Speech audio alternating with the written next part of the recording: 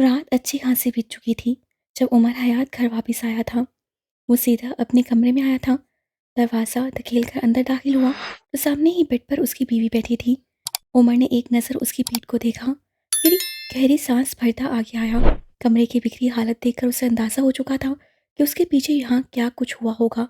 उसकी आवाज़ सुन हाले ने गर्दन मोड़कर उसको देखा था। उमर भी रुक गया। हाले की आंखें हाली थीं, जैसे बहुत कुछ पता चल गया हो या फिर बहुत कुछ तकलीफ दे रहा हूँ। उमर आगे बढ़ाया, छोटे छोटे कदम लेता वो उससे करीब चला आया। वो उसके करीब बेड पर आकर बैठा। हाले अब भी उसे देख रही थी, बेयकीनी से, नई नई नजरों से। तुम कौन हो उमर? उसकी आवाज़ हाली थी, हर जज्बे से हाली। ये सवाल उससे कई मर्तबा पूछा था, लेकिन तब ये सवाल था। आज ये सवाल नहीं था, बस वजाहत थी जो तलबशुदा थी। उमर ने धीरे से उसका हाथ अपने हाथ में लिया। फिर अगले चंद लम्हात में वो उसे सब बता चुका था। उसका मेराज से मिलने से लेकर आज तक की सारी दास्तान, बगैर रुके, बगैर अटके, वो सब बता गया था। हर लफ्ज़ के साथ हाले का दिल डूब कर उभरता था। वो साकित हुई सब सुन रही थी। जिस लड़की को आज तक अपना खानदान, अपना सबसे करीबी इंसान समझा था, वो तो कोई और थी। तुमने मुझसे अपनी हकीकत क्यों छुपाई? उसे किसी बात से फ़र्क नहीं पड़ता था। मैंने नहीं छुपाई, तुमने कभी ढूंढने की कोशिश ही नहीं की हाले। ये सच नहीं है उमर। वो उठ खड़ी हुई। उसकी आंखें अब क्या मुख्तलिफ थीं, कुछ अनजान सी, कुछ कुछ मुख्तलिफ सी। सच ये है कि तुमने मुझसे झूठ बोला। सच ये है कि तुम उस घटिया आदमी के बेटे हो। मेरे बाप के बारे में तमीज़ से बात करो। उमर दुरुस्ती से टोकते हुए उठा था। क्यों तमीज़ से बात करूं? हाँ, क्यों? तुम झूठ बोलो, तुम धोखा दो, सब जस्टिफाइड। अगर मैं उस घटिया आदमी, उस वाइफ बीटर के बारे में कुछ कहूं तो तुम्हें बुरा लग रहा है। वो पूरी तरह चिल्ला रही थी। उमर का गुस्से से चेहरा सुर्ख हुआ, कानों की लूहें तक तप गई थीं। मैं कह रहा हूँ तमीज़ से बात करो हाले। उमर अब के तहम्मुल से बोला था, बल्कि बोला क्या था, धीमा धीमा गुर्राया था। मैं नफरत करती हूँ उस आदमी से, उसके जिक्र से, और तुम उसी वहाज के बेटे हो। हाँ, मैं वहाज का बेटा हूँ, जिस तरह तुम मेराज की बेटी हो। उमर चबा चबा कर बोला, मेराज सुल्तान कहो। वो पूरी कुव्वत से चिल्लाई थी। वहाज अली खान कहो। वो उससे ज़्यादा बुलंद आवाज़ में चिल्लाया था। उसी लम्हे, उसी लम्हे हाले ने अपना हाथ ऊंचा किया था, लेकिन अभी वो उमर के चेहरे को छू पाता, उमर उसे पकड़ चुका था। थप्पड़ रोमांटिसाइज करूंगा हाले सुल्तान, वो चिताते हुए बोला था। एक लम्हे को हाले ठहर गई। उमर भी ठहर गया था। वो शर्मिंदा था, ढेरों शर्मिंदा। ये क्या कर रही थी मैं? वो खौफजदा आंखों से उमर को देखे गई। उसने आराम से हाले की कलाई छोड़ दी थी। हाले को अंदाज़ा तो उसी लम्हे हो गया था कि वो गलत कर चुकी है, लेकिन अब कोई फ़ायदा नहीं था। उमर बड़े बड़े डाक भरता कमरे से बाहर निकल गया। हाले का दिल यकदम खाली हो गया। वो बेदम सी होकर बेड पे गिर सी गई। पेशेमानी सी पेशेमानी थी। सुल्तान मंजिल में मौजूद अपने कमरे में बैठी मेहरमा सुल्तान इस वक्त अबतर हालत में थी। सुल्तान मंजिल में मौजूद अपने कमरे में बैठी मेहरमा सुल्तान इस वक्त अबतर हालत में थी। मट्टी मट्टी हुआ नाइट सूट, बिखरे बाल, सुर्ख बेजान आंखें, वो बेहद टूटी हुई लग रही थी। चेहरे से पानी के कतरे टपक रहे थे। शायद वो अभी मुंह धोकर आई थी, लेकिन वीरानी थी कि हदम नहीं हुई थी। उसी लम्हे कमरे का दरवाज़ा खुला। नक्सक से तैयार मुस्कुराता हुआ सफ़ेद सुल्तान अंदर आया। उसके हाथ में सुर्ख फूलों का बुके था। वो शायद बेहद खुश था, लेकिन उसका दिमाग अगले ही पल भग से उड़ा था। मेहर को इससे फर्श पे बैठे थे, वो दीवाना वार उसके करीब चलाया था। क्या हुआ है मेहर? तुम यहाँ इस तरह क्यों बैठी हो? तुम्हारी तबीयत तो ठीक है? तुम ठीक हो? वो उसके चेहरे को हाथों में भरे परेशानी से पूछ रहा था। उसका दिल जैसे उछल कर हलक में आया था। महर कुछ नहीं बोली। वो बस हाली हाली आंखों से उसे देखती रही। सफ़ीर को मज़ीद परेशानी होने लगी थी। महर प्लीज़ कुछ बोलो। क्या हुआ है, कुछ कहो। क्या किसी ने कुछ कहा है? क्या मम्मी ने कुछ कहा है? कुछ बोलो प्लीज़। महर की आंखों से आंसू बहने लगे, तेज़ी से, रवानी से। हमारा बच्चा सफ़ीर, हमारा बच्चा मर जाएगा। वो हिचकियों के दरमियान बामुश्किल बोल सकी थी। सफ़ीर सुन हो गया। मुझे लगता है हम अपना बच्चा खो देंगे। मुझे माफ़ कर देना सफ़ीर। अगर ऐसा हो जाए तो मुझे माफ़ कर देना। वो बच्चों की तरह हिचकियाँ लेकर रो रही थी। मैं ऐसा नहीं चाहती सफ़ीर, मैं बिल्कुल नहीं चाहती। मुझे माफ़ कर देना। मुझे प्लीज़ माफ़ कर देना। वो सफ़ीर के हाथों पर चेहरा गिराए बुलंद आवाज़ में गिरिया कर रही थी। सफ़ीर ने गहरी सांस लेकर खुद को कंपोज किया। नरमी से अपना हाथ महर की गिरफ्त से छुड़ाया। महर बस रोए गई। उसे बस रोना था। सफ़ीर अलमारी से उसकी शॉल निकाल कर लाया था और अब फर्श पे बैठी महर के गिर्द वो उस पूरी शॉल को ओढ़ रहा था। हम अभी के अभी डॉक्टर के पास जा रहे हैं। तुम बस डिप्रेस्ड हो और कुछ नहीं। वो महर का हाथ पकड़कर उसे खड़ा कर रहा था। वो खड़ी हो चुकी थी। सफ़ीर अब उसी तरह से उसका हाथ पकड़े उसे बाहर ले जा रहा था। महर माँ के लिए ये हाथ बेसाखियों जैसा था। हाँ, उसके सहारे वो चल सकती है। यहाँ से निकलकर अगर फरवा सुल्तान के कमरे में जाओ तो वो अपनी बैल्कोनी में फ़ोन कान से लगाए खड़ी नजर आएगी। डॉक्टर ज़ेबिश, काम हो गया? वो मुस्कुराते हुए पूछ रही थी। काम हो गया है फरवा। हाँ, मैंने हाले को बस विटामिन पिल्स ही दी थी। स्पीकर में ज़ेबिश की आवाज़ गूंज रही थी। और जब आपके कहने पर मैं उस रेस्टोरेंट गई तब वही हुआ। उमर ने मुझे पहचान लिया और अब तक तो वह सारी हकीकत जान चुका होगा। लेकिन मुझे बस एक बात समझ नहीं आ रही, आपको उस लड़की से नफरत है ना? फिर आप उसे क्यों प्रोटेक्ट कर रही हैं? वो बेचैनी से बोल रही थी। फरवा की मुस्कुराहट मज़ीद गहरी हुई। मैं उसे प्रोटेक्ट कर रही हूँ जिससे मोहब्बत करती हूँ। उसके अंधेरे बहुत गहरे और स्याह हो चुके हैं। अब उसकी वापसी ज़रूरी है। मैं बस उसके शैतान से फरिश्ता बन रही हूँ। मेरे लिए सारी दुनिया से अहम बस वही है और उसे मैं इस तरह तारीकियों की नज़र नहीं होने दूंगी। तुम्हें तुम्हारी कीमत मिल जाएगी। आखिर में उससे नाहुद से कहकर कॉल काट दी। आसमान पे भरे हुए सितारों को देखकर वो तमानियत से मुस्कुरा रही थी। अंधेरे जल छुटने वाले थे और फिर बस रोशनी होगी, फरिश्तों के नूर की रोशनी। 3 दिन बाद, यह एतवार का दिन था। नवंबर का लंबा चौड़ा और बोरिंग सा दिन। इन 3 दिनों में कुछ गैर मामूली नहीं हुआ था, सवाए इसके कि हाले सुल्तान ने मेहरमा की कॉल से ना छोड़ दिया था। सवाए इसके कि डॉक्टर ने मेहर को उसके बच्चे की हैरो आफियत से होने की खबर सुनाई थी। सवाए इसके कि उमर और हाले के दरमियान बोलचाल बंद थी। हाले को अब भी कुछ वक्त चाहिए था कि वो इन हकाइक को प्रोसेस कर सके। ये उमर हयात के पोश का मंजर था। वो हाथ में गाड़ी की चाबी लिए कहीं जाने को तैयार था। उसी लम्हे घर का दरवाज़ा खुला और कोई गाड़ी अंदर दाखिल हुई। उमर आंखें सुखेड़े उस गाड़ी को देखे क्या, फिर अगले ही लम्हे वो चौंका था। गाड़ी से निकलने वाली मेहरमा थी। नक्सक से तैयार, पूरे बालों को शाने पे फैलाए, आंखों पे स्याह चश्मा लगाए, वो गर्दन ताने हुए थी। वो गाड़ी से बाहर निकली तो उमर उसके सामने ही खड़ा था। मेहरमा रुक गई। मैं अपनी बहन से मिलने आई हूँ। कुछ गलत फहमियाँ हैं जो हमारे दरमियान है, हमें क्लियर कर लेनी चाहिए, है ना?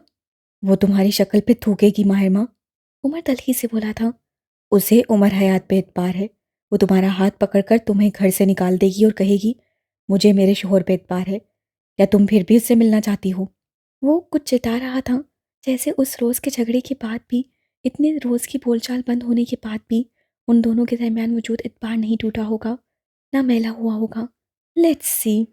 वो आबरू उचकाकर कहते अंदर बढ़ गई। उमर उसे लॉन्च में ले आया था।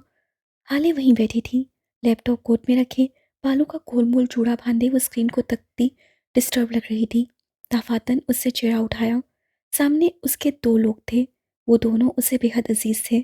तुम मेरी कॉल से ही पिक कर रही हाले? वो चौखट में खड़ी शिकवा कर रही थी। तुम मेरे मैसेजेस का जवाब नहीं दे रही। क्या तुम मुझसे बदगुमान हो? वो यासत से कह रही थी।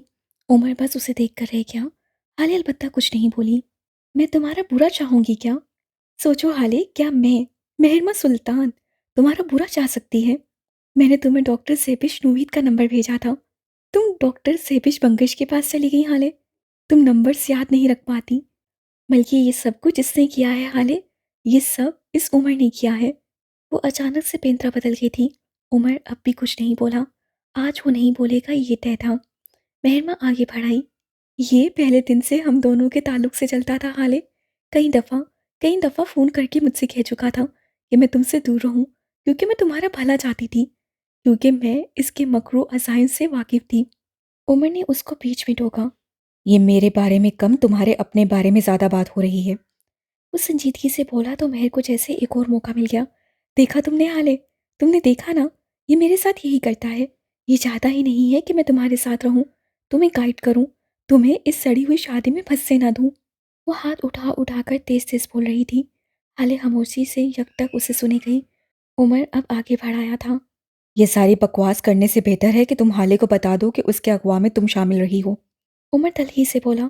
तुम आज तक हर मामले में शामिल रही हो। और ये भी बताओ कि उसके बाप को कत्ल करने वाली भी तुम थी। उसकी आखिरी बात पर भी हाले नहीं चूकी थी।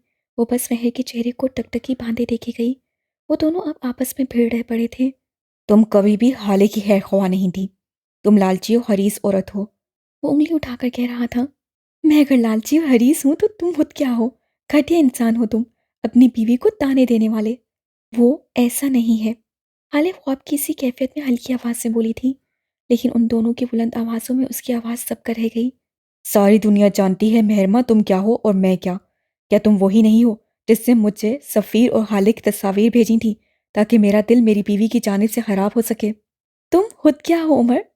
लालची झूठे इंसान, जो अपनी बीवी का पैसा छुपा कर रख लेता है, जो उसके असासे छुपा लेता है। उमर, ऐसा नहीं है, ऐसा मत बोले। अब के लब आहिस्ते से फड़फड़ाए थे, लेकिन उसकी आवाज़ अब भी उन दोनों तक ना पहुंच सकी। मेहरमा अब भी चिल्ला रही थी। तुम अपनी बीवी को पांच होने के ताने देते हो। तुम एक शक्की मिजाज आदमी हो। डूब मरना चाहिए तुम्हें। घटिया इंसान तुम। मेरे शोहर से तमीज से बात करो। हाली अपनी पूरी कुव्वत से धारी थी। उसकी आंखें सूख थीं। उमर और महर हैरान रह गए थे। वो उंगली उठाए महर को देखते हुए कह रही थी, मेरा शोहर ऐसा आदमी नहीं है। मेरा शोहर शक्की मिजाज नहीं है। वो एक एक लफ्ज़ पे जोर दे रही थी। महर गूंग रह गई। मुझे मेरे शोहर पे इतबार है, मुकम्मल इतबार। वो मर जाएगा लेकिन मेरा बुरा नहीं चाहेगा। लालची और हरीस आप हैं। मेरे घर से निकल जाए, अभी और इसी वक्त। वो अब भी घुर्रा रही थी। वो उमर को डिफेंड कर रही थी। वो मुस्कुराया था। आज इतने दिनों बाद वो मुस्कुराया था। मेहरमा शल थी। हाले ने उसका हाथ पकड़ा। ऐसे नहीं मानेगी ना आप? ऐसे तो बिल्कुल नहीं सुनेगी। वो उसे खींचते हुए लेकर जा रही थी। महर कोई मसम्मत न कर सकी। घर के दरवाजे पर लाकर महर का बाजू उससे एक झटके से छोड़ा था। आइंदा अगर मेरे शौहर के बारे में बकवास करनी हो तो मेरे घर मत आना। उंगली उठाकर तनबी कर रही थी। मैं तुम्हारी बहन हूँ हाले। तुम्हारे शौक की बस यही कह सकी थी। आप मेरी बहन नहीं हैं। आप आस्तीन का सांप हैं। और आप मेरी बहन हो भी कैसे सकती हैं? हमारी तो नस्ल भी नहीं मिलती। महर उन्हीं फटी फटी नजरों से उसे देखे गई। उसकी आंखें, उसका जिस्म शौक था। मैंने सारी जिंदगी तुम्हारे लिए क्या कुछ नहीं किया हाले। मैंने हमेशा तुम्हारा भला चाहा है। मैंने तुम्हारे लिए कुर्बानियां दी हैं। मैंने तुमसे मोहब्बत की है। उमर झूठा है। तुमसे सारी दुनिया में अगर कोई सबसे ज्यादा मोहब्बत करता है तो वो मैं हूँ। हाले दो कदम आके आई। उसकी आंखें भरने लगी थी। उस दिन वो दरवाजा बंद करने वाली आप थी। मैंने आपके कदमों की चाप पहचान ली थी। उसे करीब सरगोशी कर रही थी, हल्की, बेहद हल्की आवाज में, यूं जैसे आज भी वो ये राज हवा को भी नहीं सुनाना चाहती थी। मेहरमा सुन रह गई। उसके लब हल्के से वार थे। कदमों की छाप तो सबकी एक जैसी होती है। वो बोली जरूर थी, लेकिन उसे अपना ही लहजा अजनबी लगा था। जिस तरह इंसानों के चेहरे, रंग, आवाज़ मुख्तलिफ होती है, उसी तरह उनके कदमों की चाप भी मुख्तलिफ होती है। ये आप ही ने कहा था। आपने कहा था, सफ़ीर की चाप दिल रोक देने वाली है। अम्मा की चाप बावकार है। आज मैं आपको बताऊं, आपके कदमों की चाप कैसी थी। अली की आवाज़ जख्मी थी, जैसे कई सालों से हंजर सह सह कर थक गई हो। आपके कदमों की चाप जल्दबाज थी, चोरों जैसी थी। आप जानती हैं, मैंने आपको कैसे पहचान लिया था। मेहरमा कुछ नहीं बोली। वो अब तक शल थी। कोई बच्चा अपनी माँ को नहीं भूलता। हर बच्चा अपनी माँ की खुशबू पहचान लेता है। मैंने भी पहचान ली थी। लेकिन मैं सुल्तान थी। मुझे भरम रखने आते थे, सो रख लिए। लेकिन आज नहीं। वो कति अंदाज से बोली थी। आज बिल्कुल नहीं मेहरमा। तब मैं विक्टिम थी। मैं आज भी आपकी विक्टिम हूँ, लेकिन मेरा शोहर, मैं उसके बारे में कुछ सुनूंगी तो मुझे अल्लाह को जवाब देना होगा। जब जब मैंने अपने शोहर की बातें आपसे की, उस वक्त के लिए खुदा मुझे माफ़ करे। उमर कहता है तीसरा आदमी ताल्लुक बर्बाद करता है। आज मैं अपने और उसके ताल्लुक से तीसरे शख्स को निकाल रही हूँ। दोबारा मेरे सामने ना आना। वो कहकर मुड़ी थी। दिल पे बोझ था जो शायद सारी जिंदगी रहने वाला था। लेकिन अब बस ना, विक्टिम बहुत बन लिए। अब बस। वो अंदर लाउंज में वापस आई तो उमर अपनी साहब जगह पे बैठा था। एक बाजू सोफे पे फैलाए, एक हाथ में मोबाइल पकड़े, जैसे अभी कुछ देर कब यहाँ कुछ हुआ ही ना हो। हाले चंद लम्हा टुपटुपाई आंखों से उसे देखती रही, फिर उसके करीब चले आई। उमर ने अब भी मोबाइल से नजर नहीं हटाई। हाले उससे जरा फासले पे बैठ गई, एन वहाँ जहाँ उसका फैला हुआ बाजू खत्म होता था। वो बस खामोशी से उसके करीब बैठी रही, बैठी रही। काफ़ी देर बाद उमर ने नजर फेर कर उसको देखा था। उसकी भरी भरी आंखें जैसे अभी छलक पड़ेंगी। रोना है? संजीदगी से पूछा गया। हाली ने मासूमियत से इस बात में सर हिला दिया। उमर ने अपने फैले हुए बांसों की हथेली खोल दी। हाली ने अपना चेहरा उसकी हथेली पे टिकाया और फिर अगले ही लम्हे वो जोर जोर से रोने लगी थी। 3 दिन के जमाशुदा आंसू एक गिटार की सूरत बाहर निकले थे। उमर सीधा हो बैठा। कम से कम वो रोती हुई बीवी को इस तरह से नजरअंदाज नहीं कर सकता था। हाले अगले कई मिनट रोती रही थी। उमर बस नरमी से उसके बालों पे हाथ फेरता रहा, उसे थपकता रहा जैसे वो कोई 2 साल की बच्ची हो। I am sorry Umar, I am so sorry. उस दिन मैंने जो किया उसके लिए आई एम सॉरी।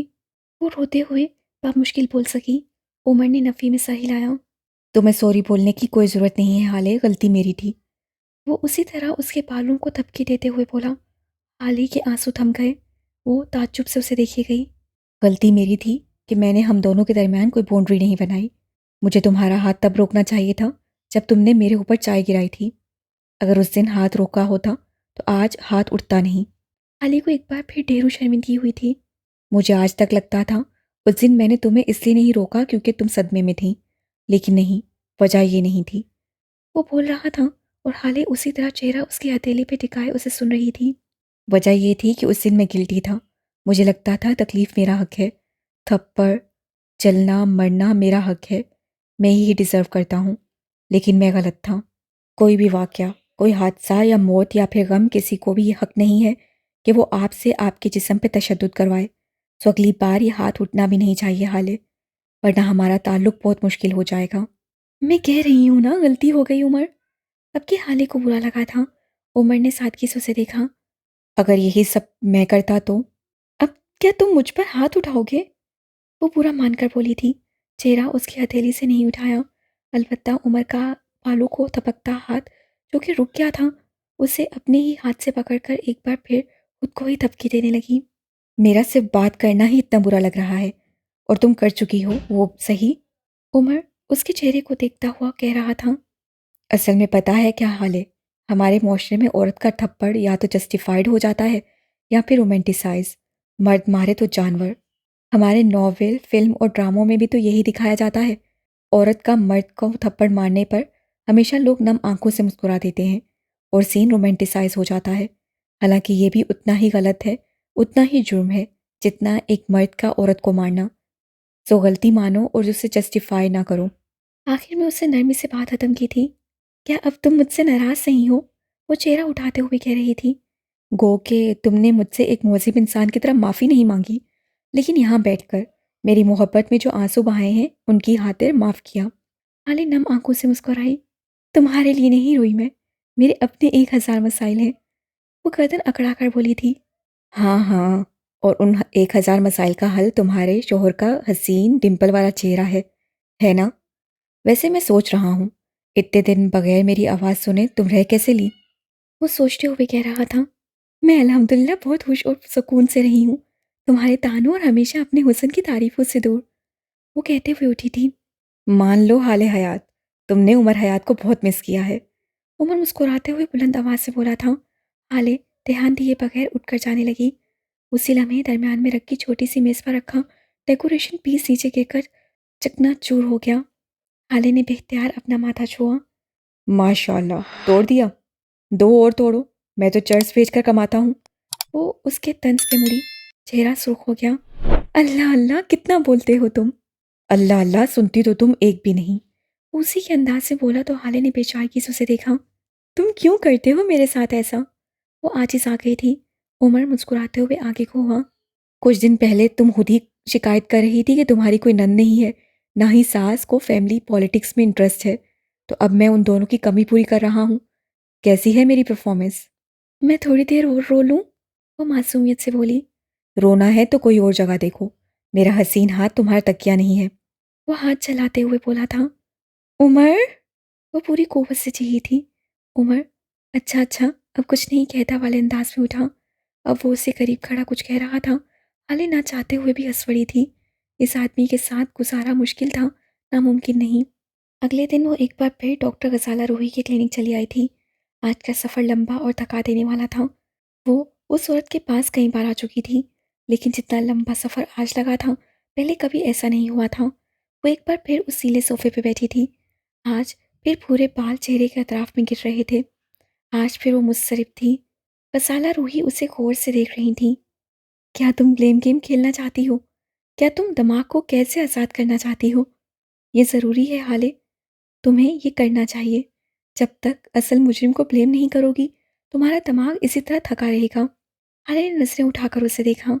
मेरे साथ जो कुछ भी हुआ, उसकी वजह मैं खुद हूँ। वो शिकस्त होता थी। रूही ने नागवारी से पहलू बदला। मैं सेल्फ ब्लेमिंग की बात नहीं कर रही हाले, तुम। मैं सेल्फ ब्लेमिंग नहीं कर रही। उससे अपने लफ्ज़ों पे जोर दिया। मैं हाले सुल्तान, मैं अपनी कहानी की विलन खुद हूँ। मैं कभी अपने हक के लिए नहीं बोल सकी। मैंने खुद को बेतौकीर किया।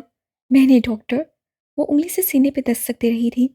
मैंने किसी इंसान को यह हक दिया कि वो मुझे ज़हनी मरीज़ बना दे, मुझे अपना गुलाम बना दे, क्योंकि मैं एक लालची लड़की थी। मुझे मेरी माँ की तवज्जो चाहिए थी। वो हल्की डिस्टर्ब आवाज़ में कह रही थी। हाँ, मैं भी नीडी और डेस्परेट थी। अपनी माँ की मोहब्बत के लिए मैं ऐसी थी। इसीलिए मैंने सब बर्दाश्त किया। हर बात जो वो मेहरमा मुझसे करती थी, हर वो जुल्म जो उससे मेरे साथ किया, मैं उसमें शामिल थी। उसकी आंखें भर रही थीं। रूही यकतक उससे देखी गई। मैं वो मज़लूम थी जो अपने लिए जानबूझकर आवाज़ नहीं उठाती थी, क्योंकि मैं लालची थी, क्योंकि मैं मोहब्बत खो जाने से डरती थी। मैं बुज़दिल थी। मैं क्या करती? ये मेरे बस में नहीं था। अगर मेरी माँ मुझे मेरे हिस्से का प्यार दे देती, तो मैं ऐसी ना बनती। उसकी आंखें सारों कतार बह रही थीं। हर इंसान अपनी कहानी में कहीं ना कहीं विलन ज़रूर होता है। अगर आपने रेड फ्लैग्स इग्नोर करके किसी इंसान को अपनी ज़िंदगी में आने दिया और उसने आपको हर्ट किया, तो विलन वो नहीं, आप खुद हैं। मैं बहुत हर्ट हूँ डॉक्टर। मैं बहुत ज़्यादा हर्ट हो गई हूँ। मेरे साथ जो कुछ भी हुआ, उसमें मेहरमा शामिल थी। इस बात ने मेरा दिल तोड़ दिया है। मैं एक लंबा अरसा किसी पे यकीन नहीं कर सकूंगी। मैं एक लंबा अरसा दोस्त नहीं बनाऊंगी। मैं बहुत बुरी तरह टूट गई हूँ। मैं क्या करूँ? वो चेहरा हाथों में दिए हिचकियों के साथ रोने लगी थी। तुम हर्ट हो, समझ आता है, लेकिन तुम शॉक नहीं हो। रूही सोच सोच कर कह रही थी। तुम क्यों शॉक नहीं हो? क्या तुम्हें मेहर पे शक था, या फिर तुम ये बात 3 दिन पहले नहीं जानी?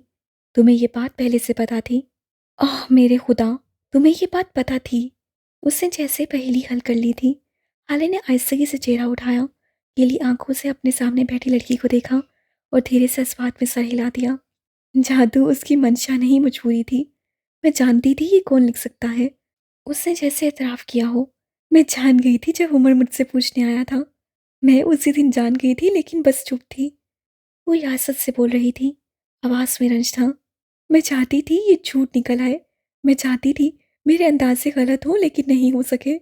हाँ, मैं शौक नहीं हूँ, क्योंकि मेरे शौक का फ़ेज़ गुज़र चुका है। मैं अब कबूल कर चुकी हूँ। आपको पता है डॉक्टर, कोई इंसान उठकर यूँ ही हमारी कहानी का विलन नहीं बन जाता। हम उसे ये मौका देते हैं। वो रूही को देखते हुए बोल रही थी। जिस तरह ट्रैफिक सिग्नल्स होते हैं, उसी तरह रिलेशनशिप सिग्नल्स भी होते हैं। एक सुर्ख बत्ती कई बार जलती बुझती है। उस पर रुक जाना होता है। अपनी या सामने वाले की इस्लाह करनी होती है।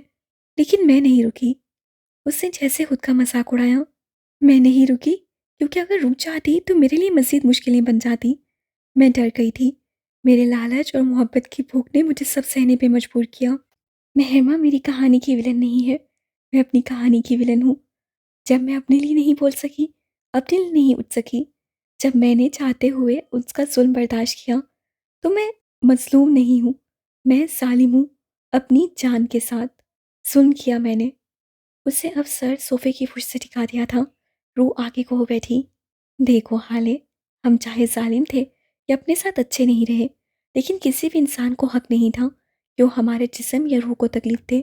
चलो अगर उसने दी भी और हमने सह ली है, तो उसकी भी एक हद होती है। वो औरत तुम्हारे बच्चों तक आ गई है, हद खत्म हो चुकी है। हाले की आंखों में मिर्चें सी भरने लगी थी। अब तुम्हें चाहिए कि तुम सालिम का हाथ रोको, उसका जुल्म रोको। तुम्हारी मेंटल हेल्थ खराब हो रही है। अब तुम्हें चाहिए कि बस कर दो। जाओ हाले सुल्तान, कन्फ्रंट करो। पूछो उससे कि किसने हक दिया उसे कि तुम्हारे साथ बुरा करे। अगर नहीं पूछोगी, तो एक बार फिर अपनी जान के साथ जुल्म करोगी। हाले टकटकी बांधे उससे देख रही थी। इससे क्या होगा? क्या मेरे साथ हुआ कुछ भी जुल्म बदल सकता है? रूही मुस्कुराई। इससे ये होगा कि तुम्हारे अंदर से पिछले गिल्ट निकल जाएंगे।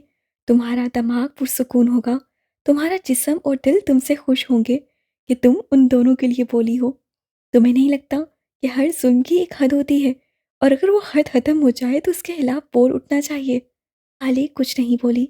उससे बस सर को हल्की सी जंबिश सी थी। काफ़ी देर दोनों के दरमियान खामोशी रही। आले कुछ सोच रही थी और रूही उसका दिमाग पढ़ने की कोशिश कर रही थी। तुम अपनी माँ को माफ़ क्यों नहीं कर देती हाले? उसकी बात पे हाले को यूँ लगा था जैसे किसी ने खींच कर थप्पड़ दे मारा हो। वो सुन हो गई। जब तुम छोटी थी तब तुम्हें तुम्हारी माँ का प्यार नहीं मिला, मैं मानती हूँ।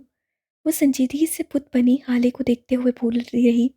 लेकिन बच्चों के पास माँ बाप का प्यार पाने के हज़ारों तरीके होते हैं। तुमने कोई तरीका क्यों नहीं अपनाया? जानती हो क्यों? क्योंकि तुम इगोइस्ट थी। तुमने भरम रख लिया। खोखले बहादुरों की तरह माथे पे लेबल सजा लिया कि तुम्हें माँ की ज़रूरत नहीं है। हालांकि तुम्हें थी। रूही जोर देकर बोली थी। हाले ने कुछ कहना चाहा लेकिन फिर चुप कर गई। तुम अपनी माँ के आगे झुकना नहीं चाहती थी क्योंकि तुम पे शुरू से ही बहुत सारे बोझ डाल दिए गए थे। तुम मज़ीद झुकती तो शायद गिर जाती। लेकिन गिरना तो बुरा नहीं होता, गिरकर उठना पाना बुरा होता है। तुम ये नहीं समझी। हाले ने लब आपस में पेवस कर लिए। दिल को अंदर से कोई जकड़ रहा था। माँ को माफ़ कर देना चाहिए हाले, क्योंकि माएँ हमेशा मासूम होती हैं। कभी अपनी माँ से ज़्यादा मासूम कोई इंसान देखा है? हाले ने ज़ोर ज़ोर से नफ़ी में सर हिलाया। उन्होंने जो कुछ भी किया शायद उसके पीछे कोई वजह हो, लेकिन बहरहाल वो तुम्हारी माँ हैं। उन्हें माफ़ करो ताकि दिल के बोझ हल्के हो सकें। माँ बाप तो औलाद को कत्ल भी माफ़ कर देते हैं। पता नहीं हम क्यों उनकी छोटी छोटी गलतियों को कत्ल से भी बड़ा समझ लेते हैं। नई शुरुआत करो हाले सुल्तान। किसी मेहर, किसी शम्स और किसी फरवा को हक नहीं है कि तुम्हें अजियत दें। तुम पे बस तुम्हारा हक है। वो नरमी से बोली तो हाले ने नम आंखों के साथ सर हिला दिया और एक गहरी सांस खारिज की। एक ताज़ा सांस, अपने साथ इंसाफ और एक नई जिंदगी के नाम। मिराज सुल्तान के ऑफिस में बैठा उमर हयात काम में मसरूफ़ दिखाई देता था। लैपटॉप पे खटाखट टाइप करते हुए उसका ध्यान कहीं और नहीं जा रहा था। वो फोकस था। उससे सफ़ेद ड्रेस शर्ट पहन रखी थी। कोट स्टैंड पे टंगा था। बाल हस्बे आदत माथे पे गिराए हुए थे। दफातन ऑफिस का दरवाज़ा हल्का सा बजा। वो सीधा हो बैठा। जानता था आने वाला शम्स सुल्तान ही होगा। उसकी तवक्का के एन मुताबिक शम्स अंदर आया। Ash grey two piece suit में मलबूस बालों को अच्छे से सेट किए। वो तरोताज़ा लग रहा था। उमर उसकी मौजूदगी महसूस कर चुका था, लेकिन सर नहीं उठाया। शम्स उसके इस रवैये के आदी हो चुके थे। वो मतवासन चाल चलता हुआ आया। उमर के सामने वाली कुर्सी खींची और हाथ में पकड़ी फाइल मेज पे धरी। क्या तुम मेरा एक हुक्म मानोगे? मैं आपका मुलाजिम नहीं, पार्टनर हूँ। सो आप मुझसे फेवर ले सकते हैं, हुक्म नहीं दे सकते। उमर ने टोका था। शम्स मुस्कुरा दिए।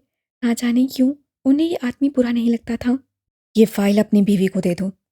इसमें वो सारी रकम की डिटेल है जो मैं हर माह भाई को अपनी कंपनी से दिया करता था। चंद माह से नहीं दे सका। वो एक पल को रुका। उमर के टाइप करते हाथ भी रुक गए थे। लेकिन अब मैं सब फिक्स कर लूँगा। वो एक असम से बोला था। मैं हाले और हसन को इतनी ही रकम दिया करूँगा जितनी उनका हक है। मैं सब ठीक करना चाहता हूँ, क्या तुम मेरी मदद करोगे? आपको क्यों लगता है कि मैं ऐसा कर सकता हूँ? मैं अपनी बीवी के लिए कमा सकता हूँ। उसे आपके पैसों की ज़रूरत नहीं है। शम्स की आंखों में अब की गिल्ट था। उन्हें ज़रूरत हो या ना हो, मुझे है। मैं ऐसा आदमी नहीं था उमर। मैं कभी भी अपने भाई का बुरा नहीं चाहता था। It just happened. वो बेबसी से बोला। और मैं कुछ नहीं कर सका, लेकिन मैं उनके बच्चों और बीवी के लिए बहुत कुछ करूँगा। तुम देख लेना, मैं फरिश्ता बनकर दिखाऊंगा। उमर ने ससाया से सर झटका। उनके बच्चों को सिर्फ और सिर्फ हेवन चाहिए। दे सकते हैं। शम्स उसकी बात पे ठहर गया था। जाहिर है उसका जवाब ना ही होगा। लेकिन है, मेरा उन सबसे कोई ताल्लुक नहीं। आप मेरे पार्टनर हैं, मैं आपको फेवर दूंगा। ये फाइल और आपकी आइंदा भेजी जाने वाली रकम हाले और हसन कबूल कर लेंगे। शम्स ममनूनियत से उसे देखे गया। कल मैं अपने घर में एक फैमिली डिनर रख रहा हूँ। क्या तुम अपनी बीवी को ले आओगे? मैं खानदान जोड़ने पर यकीन रखता हूँ, सो फिक्र ना करें, मैं ले आऊँगा। आप बस इस बात का ध्यान रखिएगा कि आपकी बीवी किसी किस्म की बदमज़गी ना कर दे। अरे नहीं नहीं, इसकी फ़िक्र मत करो। हम दोनों ने मिलकर फ़ैसला किया है कि अब कुछ बुरा नहीं होगा। वो हाले के साथ अपने ताल्लुकात दुरुस्त कर लेगी और सब ठीक हो जाएगा। तुम बस कल रात आ जाना, मैं तुम्हारा इंतज़ार करूँगा। शम्स उठ खड़ा हुआ था। उमर ने बस सर हिलाने पर इत्तफाक किया। हम दोनों, इन अल्फाज के पीछे क्या राज था वो सोच में पड़ गया। मसरूफ सी शाहराह पे वाक़या गजाला रूही के क्लिनिक से जब वो बाहर निकली तो उसके सामने ही कोई खड़ा था, गाड़ी से टेक लगाए मुस्कुराते हुए उसको देखता हुआ। उसे देखकर वो भी मुस्कुराई थी, एक भरपूर मुस्कुराहट। तुमसे बर्दाश्त नहीं हुआ ना मेरा बाहर आना, कैफे छोड़ छाड़ निकल आए तुम भी, उससे करीब आते हुए बोली थी। हारून मुस्कुराया। हम दोनों बॉसेस हैं। अगर कैफे तुम्हारे गरीब शोहर जैसे आदमी का होता तो अलग बात थी। हम जब चाहें घूम फिर सकते हैं मैडम। वो उसके लिए गाड़ी का दरवाज़ा खोल रहा था, फिर अपनी तरफ से गाड़ी का दरवाज़ा खोला और अंदर आकर बैठा। अगर मेरे गरीब शोहर ने तुम्हारी ये अलका बात सुन ली है ना, जुबान जला देगा तुम्हारी। फिक्र ना करो, वो हुसन परस्त आदमी मुझसे नहीं उलझेगा। जानता है मैं चेहरे बनाने में किस कदर महारत रखता हूँ। क्या हो जो मैं उसकी एक आंख भेंगी कर दूं? वो गाड़ी स्टार्ट करते हुए बोला था। नीला तोता खा के मारेगा खुद को या फिर चौक पे फांसी लगा लेगा। ये आवाज़ पिछली सीट पे बैठे हसन की थी। हालिद ने मुड़कर उसको घूरा था। शर्म करो, बहनोई है तुम्हारा, तमीज़ से बात करो अच्छा। वो उसे घुरक रही थी। हारून मुस्कुराते हुए उन दोनों की बातें सुन रहा था। कुछ देर बाद वो एक रेस्टोरेंट में बैठे थे। गोल मेज़ के अतराफ में सजी कुर्सियाँ और छत से लटकते क्रिस्टल बॉल्स वाले खूबसूरत रेस्टोरेंट में मेज़ पे ढेर सारा खाना था। कितना अरसा हो गया हारी, हम इस तरह खाना खाने नहीं आए, हाली यासत से कह रही थी। हारून भी उदास सा मुस्कुराया था। तुम उम्र के साथ रह रहकर कंजूस होती जा रही हो इसलिए। वो उसे उदास नहीं करना चाहता था, सो बात बदल गया। वो कंजूस नहीं है, बस पैसे में उसकी जान अटकी रहती है, वरना मुझ पे खर्च करने में तो बहुत अच्छा है। बिल्ली के ख्वाब में छीछड़े। उमर हयात के बस में हो तो हवा खाए और पानी सूंघे लेकिन पैसा खर्च ना करे। हसन ने हाथ जलाया था। हाली तब गई थी। हम लोग यहाँ साथ वक्त गुजारने आए हैं या मेरे शोहर को डिस्कस करने? चुपचाप खाना खाओ गैंडे। उसे छोड़ो हाले, तुम मेरी बात सुनो। वो जो आलिया थी ना हमारी क्लास फेलो, उससे अरहम को डंप कर दिया है। और वो जो रहमान था ना, उससे शादी कर ली अपनी एक्स के साथ। हारून एक बार फिर अपने हबरी मूड में आ चुका था। हाली ने बाकायदा कानों को हाथ लगा लिए थे। अल्लाह अल्लाह, उस रहमान ने शादी कर ली और बुलाया क्यों नहीं हमें? और उसकी मंगेतर का क्या बना फिर? वो खाना छोड़कर अब मुतजस्सिस थी। हारून ने जूस का खून भरा। होना क्या था, वो आजकल टिकटॉक पे सैड वीडियोस बना रही है और इंस्टा पे भी रिलेशनशिप एडवाइस देती है। तुम उनको फॉलो तो करो ना। रुको, मैं तुम्हें अकाउंट भेजता हूँ। हारून ने अपना मोबाइल निकाल लिया था। वो दोनों ऐसे ही थे, किसी का ब्रेकअप हो, किसी का नया नया ताल्लुक बने, शादी हो या फिर झगड़ा, हर बात पे इसी तरह डिस्कशन होती थी। कुछ अर्सा पहले जो फासला आ गया था, वो अब एक बार फिर पुर होने लगा था। हसन उन दोनों की बातों से बोर हो गया था। करीब ही किसी मेज़ पे उसकी क्लास फेलोज आकर बैठी थी, सो अब वो उसके साथ जा बैठा था। हारून और हाले अब अकेले थे। तुम कैसे हो हारी? वो गौर से उसका चेहरा देखते हुए पूछ रही थी। हारून मुस्कुराया। मुझे क्या होगा, बिल्कुल ठीक ठाक हूँ मैं। बस कैफे थका रहा है, बिजनेस आसान नहीं है। हाले अब भी उसी संजीदगी से उसे देख रही थी। तुम अपना काम छोड़कर इस वक्त मेरे पास हो, ताकि मेरे बुरे वक्त में मुझे अच्छा महसूस करवा सको। तुम साथ हो तो दिल हल्का है, लेकिन मसाइल सिर्फ मेरे नहीं हैं हारी, तुम्हारे भी हैं। सो बराबरी की सतह पे आओ और बताओ, क्या तुम ठीक हो? और उनके दिल को तकवीत हुई थी। वो वाकई टॉक्सिक नहीं रही थी, खुद को बदल रही थी। हारून और उसका ताल्लुक बराबरी की सतह पे आ रहा था। दोस्तों को चांसेस देने चाहिए। अगर एक एक गलती पे दोस्त छोड़ते जाएं, तो एक दिन हम तनहा रह जाएंगे। मैं ठीक हूँ हाले, अब वाकई ठीक हूँ। बस अगले हफ्ते मेरी पेंटिंग्स की एग्जीबिशन है, उसकी तैयारी कर रहा हूँ।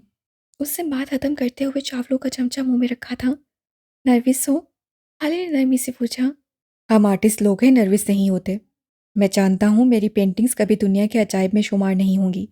ना ही मैं उनसे कमा सकूंगा और ना ही मैं कोई बेहद अमीर और मशहूर आदमी बन जाऊंगा जैसे ड्रामों और फिल्मों में होता है। यहाँ आपका दिल टूटा और यहाँ आपने मेहनत शुरू की और आप बेहद मशहूर हो गए। वो दोनों एक साथ हंसे थे। लेकिन मैं खुश हूँ। कैफे से कमाई हो जाती है और पेंटिंग्स मुझे खुश रखती हैं। मैं हील हो रहा हूँ। वो नरमी से बोला था। हाले मुस्कुराई। हारून उसको देखकर मुस्कुराया। वो दोनों अब हल्की फुल्की बातें कर रहे थे। दोस्तों का साथ आपको किस कदर हल्का फुल्का कर देता है ना। शाम गहरी होकर आसमान पे फैली, तो आसमान अपना नीला रंग बदलकर स्याह होने लगा। सितारे सारे आसमान पे फैले हुए थे। नवंबर की ठंडी हवाएं कराची को अपनी लपेट में लिए हुए थीं। को के कराची में ज़्यादा ठंड नहीं पड़ती थी, लेकिन फिर भी मौसम अच्छा खासा सर्द हो जाया करता था। ऐसे ही खुशगवार से मौसम में उमर हयात के कमरे में जाओ, तो हाले सुल्तान सिंघार में इसके सामने बैठी थी। उमर उसके अक में बेड पे बैठा था, लैपटॉप पर गाड़ियों के नए मॉडल देखता हुआ, साथ ही हर 5 मिनट बाद सरदार को कॉल करता हुआ। हाले अपने बालों में ब्रश फेर रही थी, सुसरोई से, उदासी से। तुम्हारे बालों का रंग खराब हो रहा है। वो उसी तरह लैपटॉप पे सर झुकाए कह रहा था। हाले चौंक गई थी, फिर बालों को कंधे पे डालकर आगे किया। हाँ, उनका रंग वाकई खराब हो रहा था। वो खुदरे भी हो गए थे। कल जाकर इनका कलर चेंज कराओ, वापस अपने ब्लैक टाई पे आ जाओ। तुम्हारे बाल वैसे खूबसूरत थे। हाले मुस्कुराई थी। बिलाखिर उसने किसी चीज़ की तो तारीफ की थी। अच्छा, तुम्हें मेरे स्याह बाल पसंद थे? वो मुस्कुराहट दबाए पूछ रही थी। वैसे उमर, मैंने सुना है तुम मेरी मोहब्बत में फेल हो गए थे। ये उमर ने सर उठाया था, आंखों में कुछ खफगी थी। वैसे हाले, मैंने सुना है तुम लोगों को जाकर कहती हो मेरी आवाज़ इस कराए अर्ज का सबसे खूबसूरत साउंड है। वो भी उमर था, कहाँ पीछे रहने वाला था। हाले को शौक ही तो लगा था। ये मेरा पर्सनल सेशन था उमर। रूही ने तुमसे कैसे शेयर किया? आपकी इत्तला के लिए अर्ज है कि ये सब कुछ रूही ने नहीं बताया। आपके हैंडबैग में वॉइस रिकॉर्डर लगाया था मैंने। वो कहते हुए उठा और बेड के किनारे आकर बैठा। हाले अब भी हफ्की से उसे देख रही थी। आओ तुम्हारे बालों में तेल लगा दूं। वो बेड की पायनीति के करीब आलती पालती मारे बैठा था और मुस्कुराते हुए ऑफर कर रहा था। कुछ देर बाद वो नीचे फर्श पे बैठी थी, हाथ में तेल से भरी छोटी सी प्याली उठा रखी थी, जिसमें से वो वक्फे वक्फे से तेल हाथ में भरता था और उसके बालों में लगा था। आज शम्स आया था मेरे पास। तुम्हारा हिस्सा देना चाहता है वो, और कल डिनर पे भी बुला रखा है। मैं हाँ कह आया हूँ। हल ने जवाब नहीं दिया, वो बस सुनती रही। कल हम जाएंगे। तुम चाहो तो मेहर को कन्फ्रंट कर सकती हो। उससे बात करो, तुम्हारे दिल का बोझ हल्का हो जाएगा। वो नरमी से बोला था, फिर एक पल को ठहरा। क्या तुम्हें एतराज़ होगा अगर मैं अपने अब्बा को घर ले आऊं? वो हथेली से उसके सर में मालिश करते हुए पूछ रहा था। दूर कहीं शायद वो जवाब जानता भी था। हाले चंद पल खामोश रही, फिर आहिस्तगी से बोली, वो तुम्हारे अब्बा हैं, मुझे कोई मसला नहीं होगा अगर तुम उन्हें यहाँ ले आओ। लेकिन मैं तुमसे एक रिक्वेस्ट करूँगी कि मुझे कुछ वक्त दो। मेरे दिल में उनके खिलाफ बहुत कुछ है। बस थोड़ा वक्त दो ताकि मैं खुद को समझा सकूं। उमर ने समझने वाले अंदाज में सर हिला दिया। वो जानता था हाले इतनी जल्दी दिल से बात नहीं निकालेगी। अच्छा, ये सब छोड़ो, मुझे पैसे दो ताकि मैं नया हेयर कलर कराऊं, हेयर कट लूं और कैरेटिन ट्रीटमेंट भी। हाँ हाँ, मेरे बाप की शुगर मिल लगी है ना। या फिर मेरे पास कोई दरख्त है जहाँ पैसा उगता है। 50 रुपए वाला जियो कलर लगाओ और खामोशी से बैठ जाओ। हाले हंस पे तवक्का भड़क गई थी। छोड़ो मेरे बाल, कोई ज़रूरत नहीं। इस सब के लिए पैसे देते वक्त तुम्हारी जेब में सांप बैठ जाते हैं ना। वो उठने लगी थी, लेकिन उमर ने उसके दोनों कंधों पे हाथ रखकर उसे दोबारा वापस बिठा दिया। ले लो, जितने पैसे चाहिए ले लो। वो चलकर बोला था। जिस हिसाब से तुम खर्चा कर रही हो ना, मुझे लगता है अनकरीब मैं 3 तलवार के चौक पे भीख मांगूंगा। और मज़े की बात बताऊं उमर, तुम्हें कोई भीख भी नहीं देगा। वो मज़े से बोली थी। अब तुम मुझे अंडर एस्टिमेट कर रही हो। जब मैं अम्मा के कुकिंग क्लासेस में खाना बनाया करता था ना, तो लड़कियों के खाने जल जाते थे, लेकिन वो फिर भी मुझसे नज़र नहीं हटाती थी। वो फखर से बता रहा था। अब जाहिर है तुम भी उनकी हौसला अफजाई करते ही होगे। उमर ने मुस्कुराहट दबाई थी। लो, मैं भला क्या करता था? ज़रा सी अपने डिम्पल्स की नुमाइश कर देता था और लड़कियों के दिलों पे छुरी चल जाया करती थी। उमर, अब ये बहुत ज़्यादा हो रहा है। ये ना हो कि मेरी बर्दाश्त की हद खत्म हो जाए। हाले ने वार्न किया था। वैसे सोचने की बात है हाले, अगर तुम अभी उन बेज़र लड़कियों से चल रही हो, तब क्या होगा जब मुझे जन्नत में 70 हुरों के साथ देखोगी? वो अब उसके बालों की चुटिया घून रहा था। हाले ने अपने बाल छुड़वाए थे। अब वो पलंग के पानेती पे अपना सर ढलकाए उमर को देख रही थी। जन्नत में जाने वालों की हर ख्वाहिश पूरी होती है ना? हाँ, बिल्कुल होती है। उमर ने तायद की थी। फिर मैं जन्नत में जाकर दुआ करूंगी कि अल्लाह साईं तुम्हें जहन्नुम में फेंक दे। न हुरे होंगी, न जलन। उमर का चेहरा फूक हो गया था। हाले मुस्कुराते हुए उठी थी। मैं तो पिछले 5 मिनट से कुछ बोला ही नहीं। तुम्हारे अलावा किसी लड़की को देखना भी हराम है मुझ पे। वो घबरा ही तो गया था। हाले मुस्कुराते हुए अब अपने बालों को आईने में देख रही थी। धमकी काम कर गई थी। ज़बरदस्त। अगली रात 9:30 बजे के करीब सुल्तान मंजिल में आज बिछी हुई खाने की मेज़ यूं लगती थी जैसे किसी महल का शाही दस्तरखान हो। कौन सा खाना था जो आज वहाँ मौजूद नहीं था?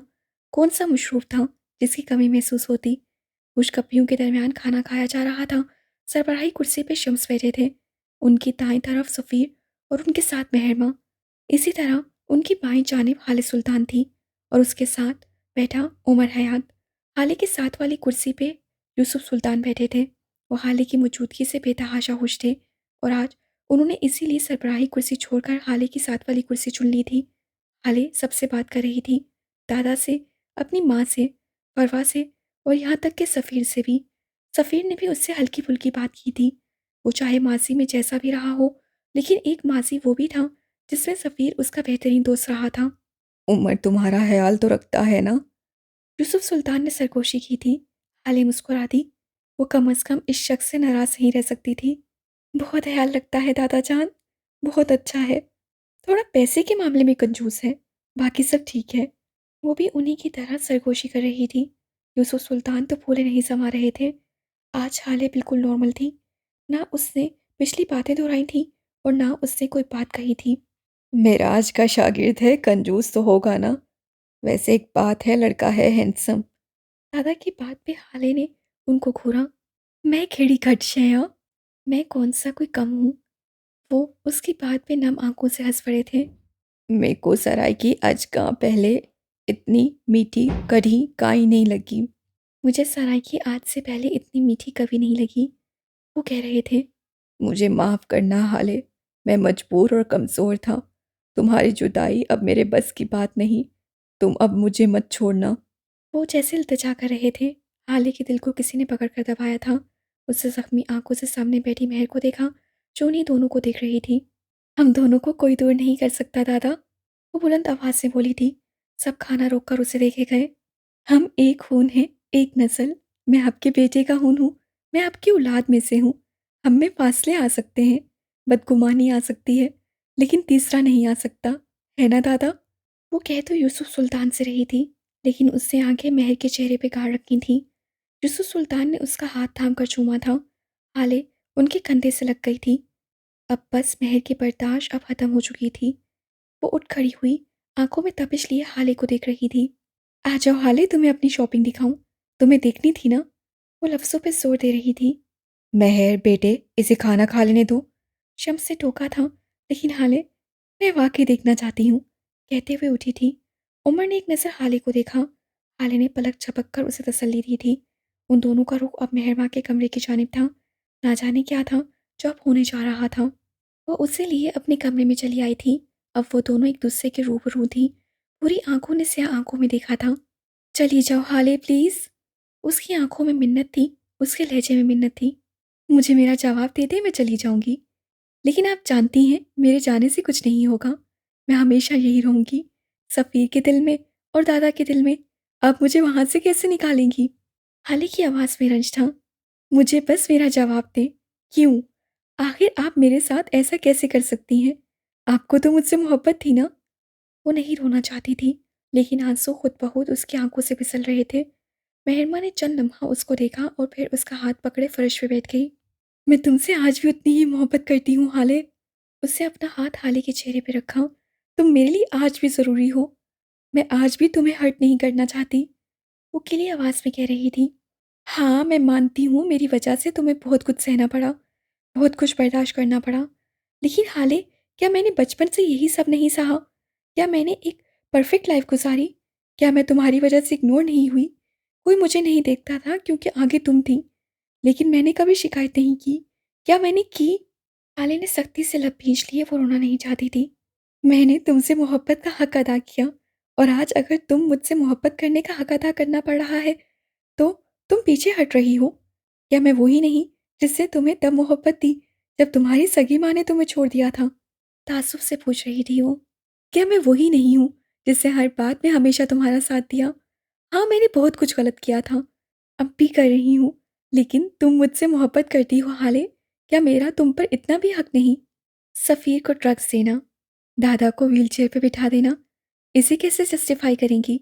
ये कैसी मोहब्बत है आपकी, जिसने मुझसे मेरा बाप छीन लिया? उसकी आवाज़ में गहरा कर्व था। ये कैसी मोहब्बत है जिसने आपसे कत्ल करवा दिया, जिसने मुझे जलील करवाया, मेरा खानदान मुझसे छीन लिया? क्या आप इसे मोहब्बत कहती हैं?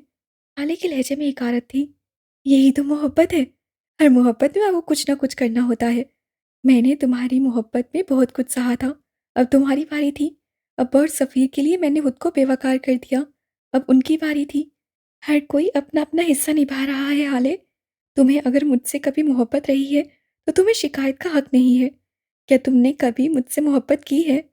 उसकी आंखों में झांक रही थी। हाले ने नम आंखों से नफ़े में सर हिलाया था। महर का दिल रुक सा गया। मुझे आपसे मोहब्बत करने का वक्त मिला ही नहीं। आप ज़रूरत बनी, खौफ बनी, तलब बन गई।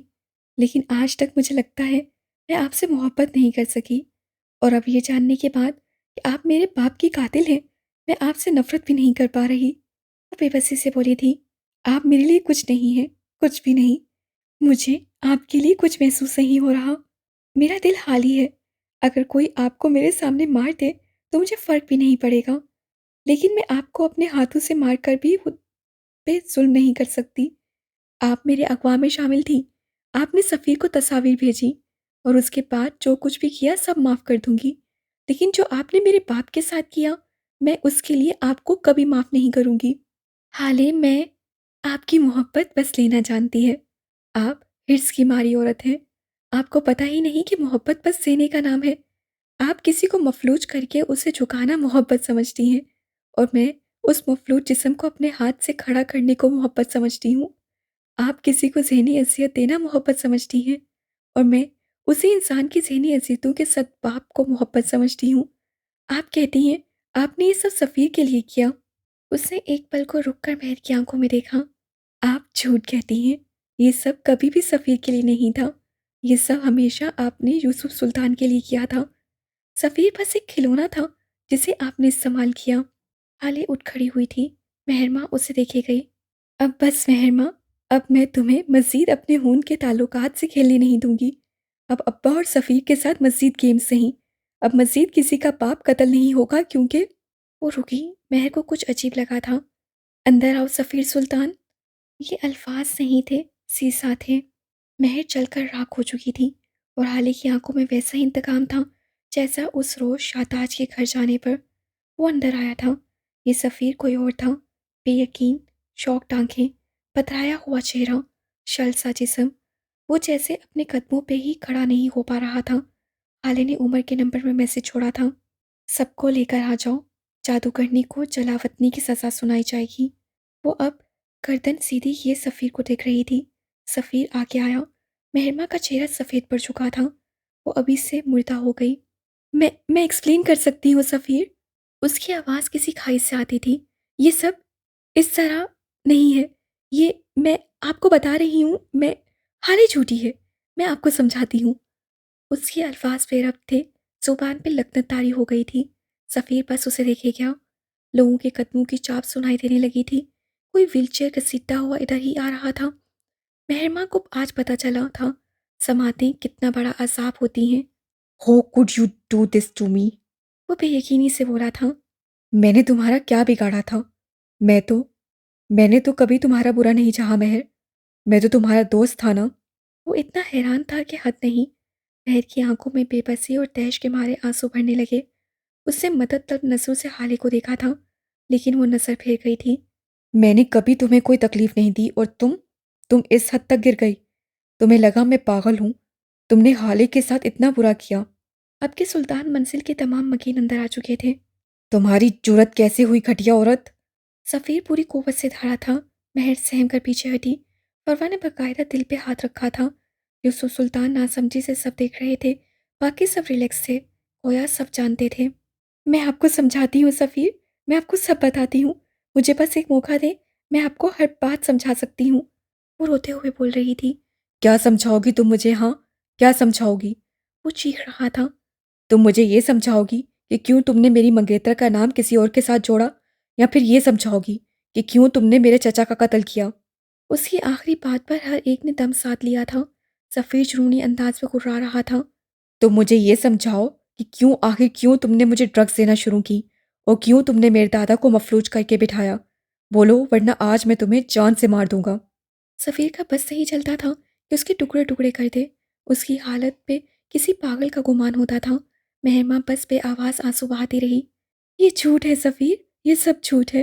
मैं आपसे, अब्बा से मैं बहुत मोहब्बत करती हूँ। मेरा यकीन करें। उसे करीब आने की कोशिश की। सफ़ीर पीछे हटा। तुम सही कह रही हो महर, ये झूठ है। ये सब झूठ ही तो है। और वो चिल्ला नहीं रहा था। वो बस पीछे होता गया, यहाँ तक कि दरवाजे के साथ खड़ा हुआ। तमाम लोग खामोश थे, तमाशाई थे।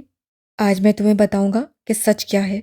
हमारे ताल्लुक की तो बुनियाद ही झूठ थी ना, और सफ़ीर सुल्तान को कभी भी झूठ पसंद नहीं है। वो सर्द फैसला कुन निगाहों से उसे देख रहा था। मेहर का दिल काम गया था। आज मैं तुम्हें बताऊंगा कि जिस नाम को अपने साथ जोड़ने के लिए तुमने इतने जतन किए, वो नाम मैं एक सेकंड के अंदर तुमसे कैसे छीन सकता हूँ। फरवा ने आगे बढ़कर सफ़ीर की खूनी थामनी चाहिए, जिससे वो बुरी तरह झटक गया था। मैं सफ़ीर सुल्तान वल्द शम्स सुल्तान अपने मुकम्मल होशो हवास में तुम्हें तलाक देता हूँ। सारी आवाज़ें रुक गईं, सारे चेहरे धुंधले हो गए, सब वजूद बेकार हो गए। मेहरमा पत्थर का बुत बन गई थी। वो आगे बढ़कर सफ़ीर के मुंह पर हाथ रख देना चाहती थी, लेकिन ये ना जाने क्यों दुनिया का सबसे मुश्किल काम लगा। मैं तुम्हें तलाक देता हूँ मेहरमा। हाले ने एक नज़र उमर को देखा। वो आंखों ही आंखों में उसे तसल्ली दे रहा था। वो बता रहा था कि शर और हसद का अंजाम हमेशा बुरा रहा है। तलाक देता हूँ मैं तुम्हें। जाओ, अब तुम आज़ाद हो। वो हकारत से कहते हुए उससे करीब आया और उसका बाजू पकड़ा। आज तुम भी इस घर से निकाली जाओगी, जैसे तुम्हारी वजह से हाले निकाली गई थी। वो उसे बाजू से पकड़कर खींच रहा था। मेहरमा किसी डाली की तरह उसके साथ खिंचती चली गई थी। सफ़ीर प्लीज़, वो कहाँ जाएगी? प्लीज़ ये मत करो। फरवा मिन्नत कर रही थी जब शम्स आगे आए थे। अगर अब तुम एक लफ्ज़ बोली तो मेरे मुंह से 3 लफ्ज़ सुनोगी, वही 3 लफ्ज़ जो तुम्हारे बेटे ने कहे थे। तुम मुझे तलाक नहीं दे सकते। वो बेयकीनी से बड़बड़ाई थी। आज़मा लो। वो वसुक से बोला था। सफ़ीर उन दोनों की परवाह किए बगैर उसे घसीटता हुआ बाहर ले जा रहा था। मेहरमा कोई मजम्मत नहीं कर रही थी। वो शायद शौक थी या फिर शायद पथरा गई थी। वो उसे दरवाजे तक लाकर दरवाजे के बाहर कर चुका था। तुम्हारे पास मेरी अमानत है, लेकिन याद रखना, ये जिस दिन इस दुनिया में आएगा, तुम यही अल्फाज एक बार फिर सुनोगी। एक कातिल के साथ तुम रह सकती हो, मैं नहीं। हिसाब लूंगा मैं तुमसे। वो दरवाज़ा उसके मुंह पे मारता अंदर चला गया था।